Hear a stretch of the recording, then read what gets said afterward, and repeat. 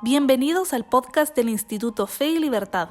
En este espacio conversamos con expertos y analizamos posturas sobre economía, religión, libertad y más. Bienvenidos a un nuevo episodio del podcast Fe y Libertad. Hoy nos acompaña Paulina Briz. Ella es analista política, licenciada en Relaciones Internacionales y magíster en Ciencia Política. Y también una buena amiga del Instituto Fe y Libertad. Bienvenida, Paulina, qué bueno tenerte aquí.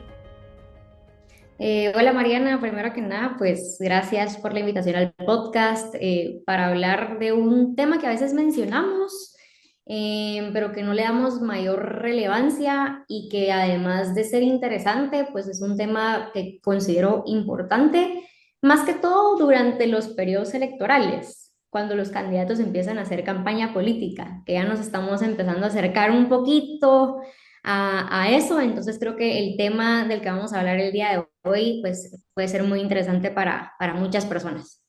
Justamente eso era lo que tenía en mente porque hace poco estábamos en una conversación aquí en el instituto y alguien mencionó que a pesar de que las elecciones son en el 2027, la campaña electoral ya comenzó. Entonces dije yo, Así es. bueno, sí, o sea, desde ahorita ya se empiezan a formar estas agrupaciones, la gente está viendo cómo actuar y yo creo que es el momento de empezar a prestar atención. Bueno, ya tuvimos, ¿verdad? Siempre tenemos que estar atentos, pero ahorita más que nunca, prestar atención a lo que están haciendo y lo que están diciendo los miembros del Congreso, los funcionarios públicos, y Sí. también un poco como ver cuál es la reacción que están generando estas acciones y comentarios en la población. Y bueno, no hemos dicho exactamente de qué vamos a hablar. Hoy quisiéramos hablar un poquito de la política, del espectáculo en la política. A veces creo yo que más que acciones concretas, sentimos que cuando hablamos de política vemos discursos ensayados o apariciones muy estratégicas, gestos calculados, y entonces la política comienza a parecer una puesta en escena más que un ejercicio de representación. Y yo creo que eso también hace que la sensación de desconfianza crezca, ¿verdad? Entonces, hoy básicamente nos preguntamos si estamos viendo a líderes auténticos o a personajes que están interpretando un papel, ¿verdad? Y si esa teatralidad es parte inevitable de la política o si es una señal de desgaste. Entonces, para comenzar, quizá me gustaría preguntarte cómo podemos entender la política performativa. ¿De qué hablamos exactamente cuando decimos que la política se ha convertido en una puesta en escena? Súper. Pues mira, respondiendo a tu pregunta, cuando hablamos de política performativa, como tú lo mencionas, o que la política se ha convertido pues en una puesta en escena, hacemos referencia a que los líderes políticos o candidatos diseñan con mayor frecuencia, porque lo hemos visto más en los últimos años, pues que sus intervenciones sean más como espectáculos pensados para poder ya sea impactar emocionalmente, para generar cierta identificación con la ciudadanía o para provocar cierta reacción pública, ¿no? Creo que hay varias características que han contribuido a este fenómeno, pero el principal diría yo que es que en Guatemala no tenemos farándula, ¿ok? Ujú. Entonces, y si tenemos, es muy poca. ¿Qué pasa en países, por ejemplo, como México? En México la farándula es muy grande. Entonces vemos que los ciudadanos a veces no se enfocan tanto en los temas políticos o desconocen qué está pasando en la política porque generalmente la farándula llega a tomar un rol importante en el día a día de los ciudadanos. Esto no quiere decir que los ciudadanos no se enteren de política, que no busquen la política o información política, pero la farándula toma un rol preponderante en su vida. Y Ujú. entonces llegan a desconectarse de esa parte política y se enteran de la política cuando hay escándalos, por ejemplo, ¿no? Y bueno,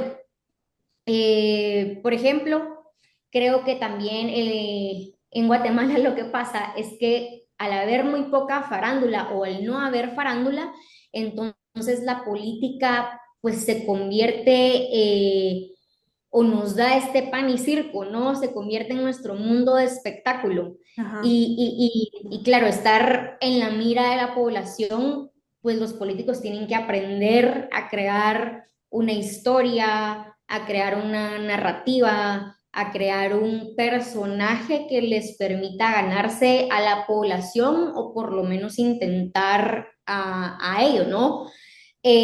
Pero claro, en esta puesta en escena habrá algunos que lo harán magnífico y tal cual la estrella de televisión o los mejores actores, pues te harán creer todo lo que están diciendo. Y habrá otros a los que pues se les nota clarísimo que no, que la actuación definitivamente no es lo suyo, ¿verdad? Y yo creo que aquí es donde tenemos que prestar como que muchísima atención porque el hecho que un político te pueda dar un buen performance y te pueda hacer creer que es bonachón, que tiene la respuesta a tus problemas, etcétera, no quiere decir, en la mayoría de los casos, que sea el mejor. Y Ujú. tal vez no es a esa persona a la que se le va a prestar atención, tal vez es al que tal vez no es tan carismático o al que tal vez no hace un show para poder decirte como, oye, yo te vengo a solucionar tus problemas, como vota por mí, ¿verdad? Viéndolo en el contexto electoral, que claramente no quiere decir que el que haga un show sea malo, no, al contrario, no, esto no quiere decir que seas bueno o malo, pero sí es algo a lo que se le debe prestar mucha atención.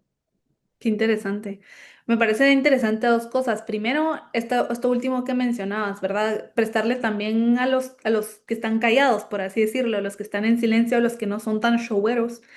Ujú, También investigar un poquito más de cuáles son las propuestas o el trabajo que ellos han realizado. No dejarnos encandilar, digamos, exacto. por la puesta en escena que tienen otros digamos, que hacen un muy buen trabajo robándose el lente, ¿verdad? El lente público. Ajá. Sí, que Eso les por un encanta lado. la cámara. Ajá, cabal. Y de ahí por otro lado, me imagino que en otros países donde hay muchísima farándula, también los políticos deben combatirla, pues, o sea, cómo me vuelvo relevante en Sí, un, ¿verdad? Ambiente que está saturado de otras cosas, o sea, de entretenimiento, cómo yo como político me convierto en una celebridad y, y compito por la atención, por la farándula y el espectáculo que es abundante en esos países, ¿verdad? Se me ocurre Estados claro. Unidos, que, ¿verdad? La cuna de Hollywood, por ejemplo. Ujú. Así es. Pero, bueno, cambiando un poquito de tema y hablando justamente de estas características, eh, qué elementos o qué define un acto político como performativo? O sea, es la forma, el contenido, el contexto, es un poco de todo. Ujú. Mira, yo creo que un acto político performativo está compuesto por varias cosas.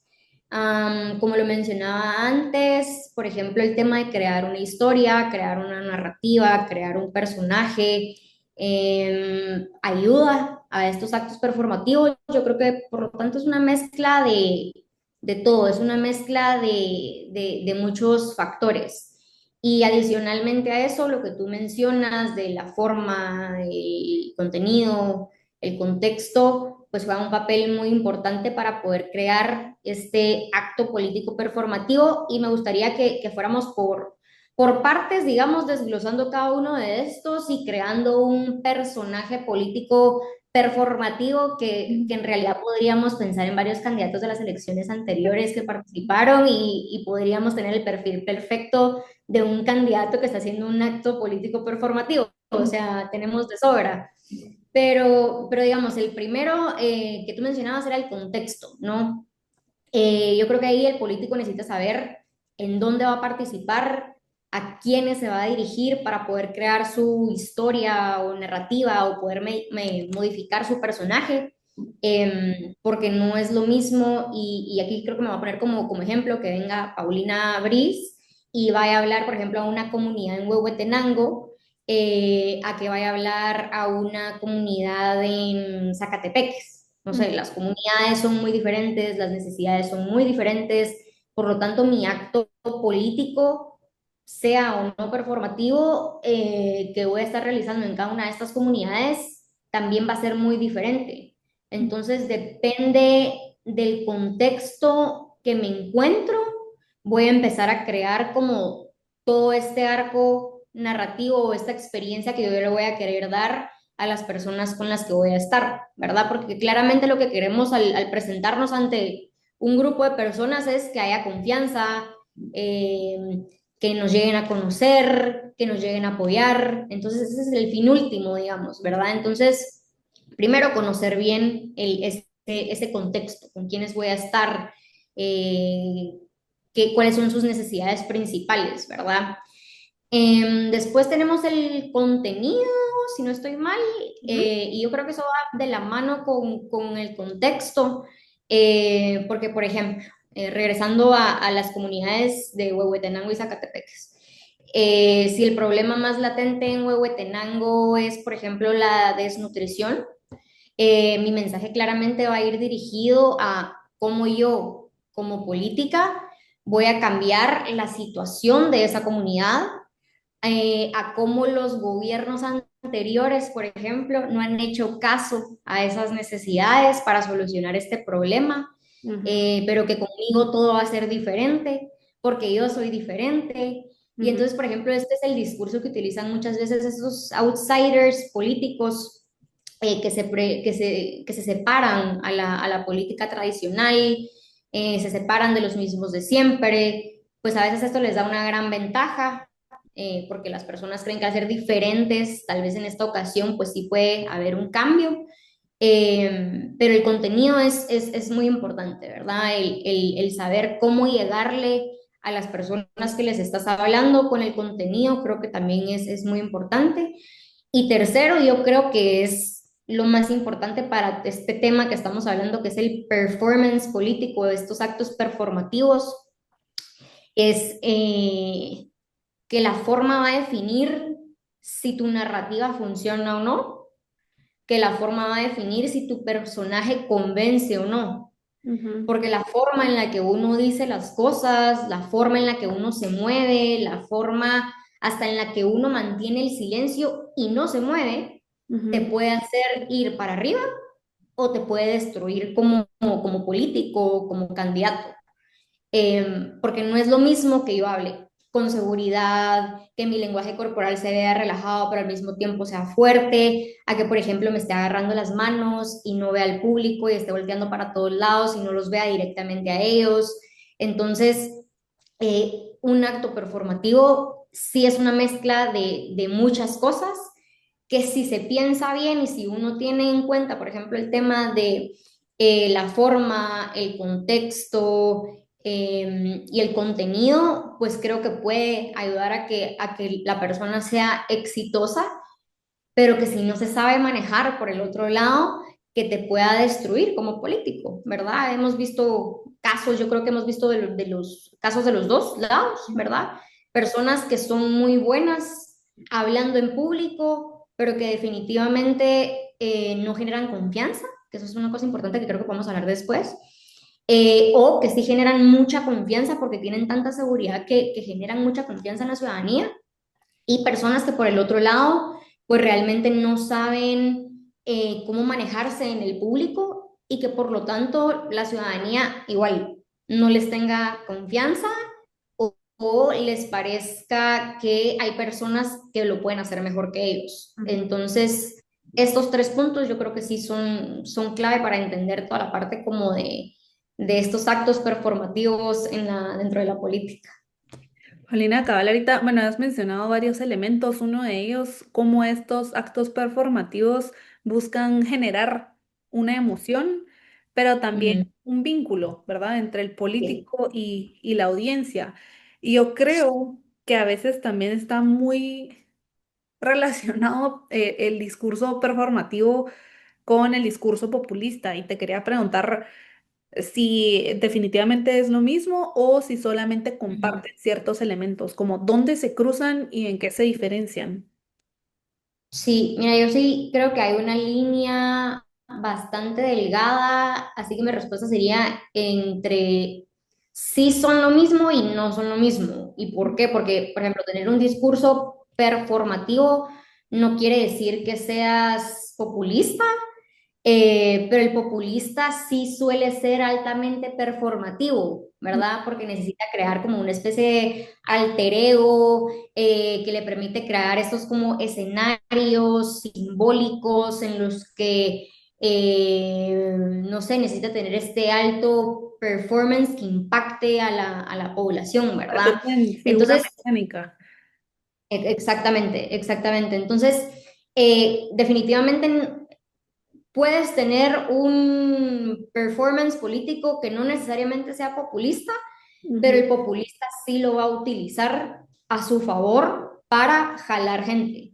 ujú. Por ejemplo, hay un artículo, y tal vez aquí solo lo voy a sacar porque te quiero leer dos cositas, pero hay Dale. un artículo que se llama El Decálogo del Populismo, que lo escribieron aproximadamente hace 20 años, que está escrito por Enrique Krause, en donde habla de 10 rasgos que podemos encontrar en los populistas, Ujú, ¿verdad? Independientemente de la postura ideológica, porque ahora sabemos que hay populistas de izquierda y populistas de derecha. Generalmente antes hablábamos de los populismos de izquierda, pero ahora, conforme ha cambiado la situación política, pues ya vemos que tanto en la izquierda como en la derecha, pues pueden surgir estos liderazgos populistas.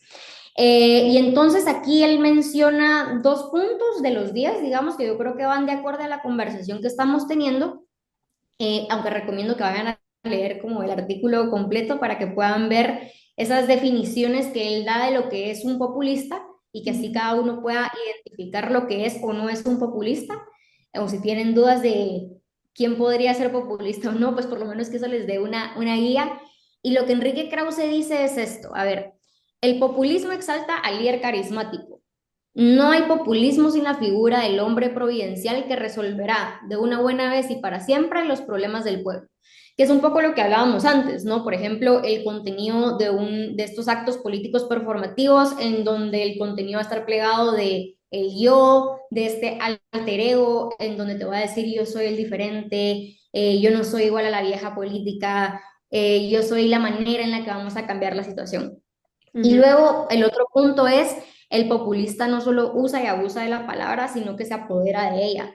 Dice, la palabra es el vehículo específico de su carisma y se siente el intérprete supremo de la verdad general, que es un poco también lo que hablábamos antes, ¿verdad? En la forma en que uno articula su narrativa y se apodera de esas palabras para poder darlas de una manera convincente para que la gente crea en lo que yo estoy diciendo como político, ¿verdad? Entonces esto, como lo vemos, sí, hay una línea muy delgadita de lo que puede ser un acto performativo que puede estar rozando el populismo, pero Ujú. un populista siempre va a ser performativo, o sea, siempre va a tener esta característica de sobresalir, ¿verdad? De lo que tú mencionabas, como ser este actor mesiánico que va a venir a salvar a todos. Ajá. Entonces, creo que ese es un punto bien importante porque dentro de la política guatemalteca, creo que hemos visto varios perfiles en los que estamos en esta situación, que hay unos que claramente son populistas,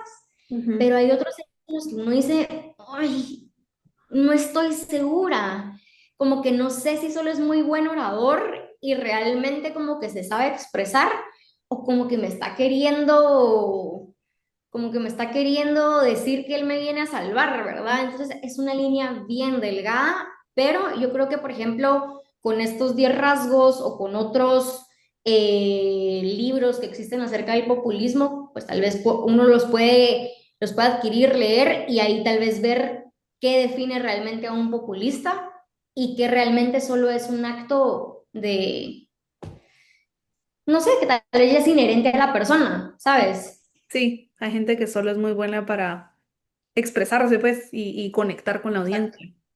exacto.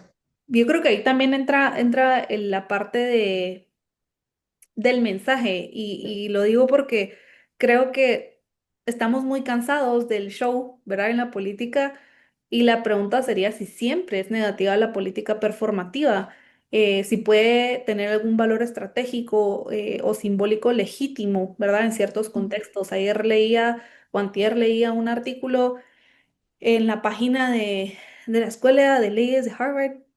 Ujú. Ella decía que realmente ser performativo está vinculado con la experiencia humana, o sea, tenemos esa necesidad de querer conectar con el otro y que han habido en el pasado varias, por ejemplo, el discurso que dio Martin Luther King fue performativo, que las marchas, ¿verdad?, para en pro de de los derechos civiles en Estados Unidos fue algo performativo, pero que tuvieron consecuencias positivas, ¿verdad?, en la historia política del país. Entonces, es, es negativo inherentemente la política performativa o ser performativo en la política. Yo creo que no, yo creo que no creo que la política performativa sea negativa del todo.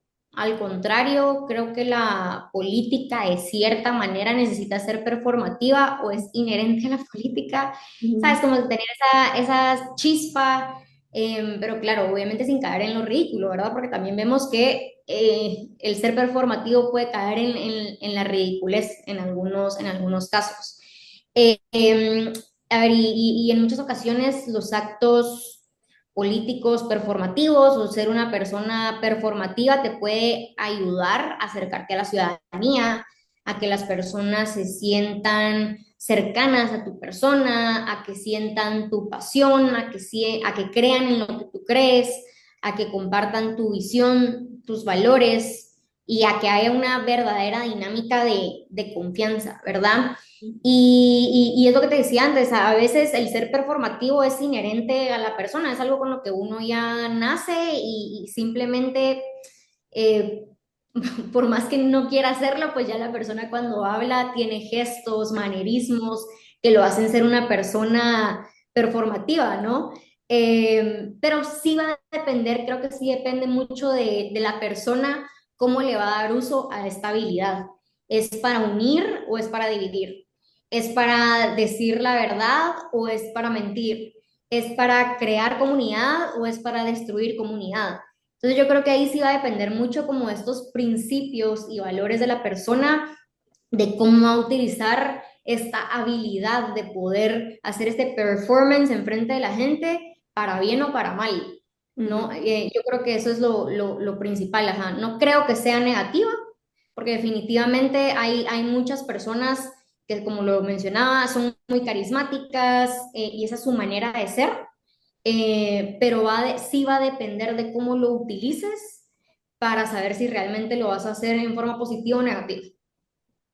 Buenísimo. Es que yo creo que este mensaje también es importante para uno de votante, por ejemplo, o ciudadano en general, saber o sea, digamos, no dejarnos llevar, ¿verdad? Porque alguien es muy buen orador, ni al contrario, ¿verdad? Sino como siempre estar atentos a cuál es el mensaje que están transmitiendo y realmente si tienen evidencia, básicamente, o sea, cuáles son los argumentos que están utilizando, ¿verdad? Entonces, es una llamada de atención a nosotros para no dejarnos llevar, pero tampoco juzgar, ¿verdad? Decir, no, esto es solo showero, sino realmente analizar qué es lo que están diciendo.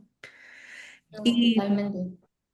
y esto también me hace pensar un poquito sobre las redes sociales, porque como dijimos, Sí. es algo propio de la política, siempre ha existido, pero tal vez en los últimos años las redes sociales han potenciado un poquito el discurso performativo y te quería preguntar cómo has visto tú esto, ¿verdad? ¿Cuál es el papel que juegan las redes sociales en este tema?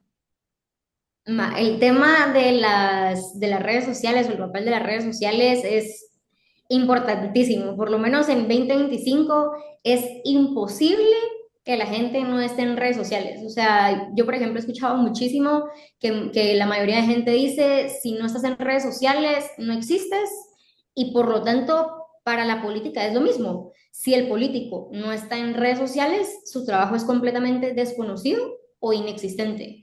Entonces, las redes sociales definitivamente se han convertido en el escaparate de los políticos y mientras más performativo seas, es más probable que llegues a más personas.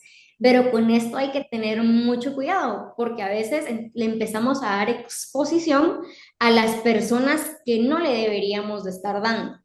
Por Ujú. ejemplo, aquí me gustaría, ya siempre doy este ejemplo, que a mí me hace mucha gracia, pero en las elecciones anteriores había un candidato a diputado que yo creo que todos lo conocimos, el Johnny Diputado, Ujú, ujú.